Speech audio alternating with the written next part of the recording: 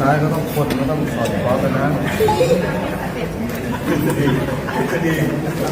ผู้เชี่ยวชาญของผมสุภาพสตรีมาดูหน่อยเถอะมีสิ่งที่เราพูดอะไรก็จะบอกอีกค่ะท่านที่กัน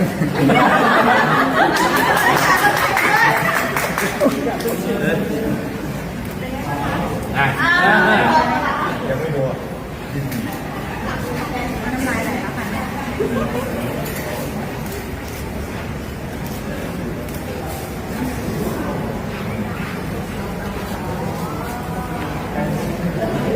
น้ำปลาคนละอย่างนะครับน้ำปลาก็คือน้ำปลา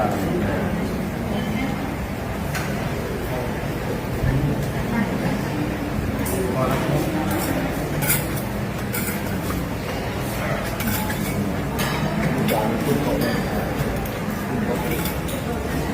ทำเสร็จให้ไปให้โต๊ะอื่นกิน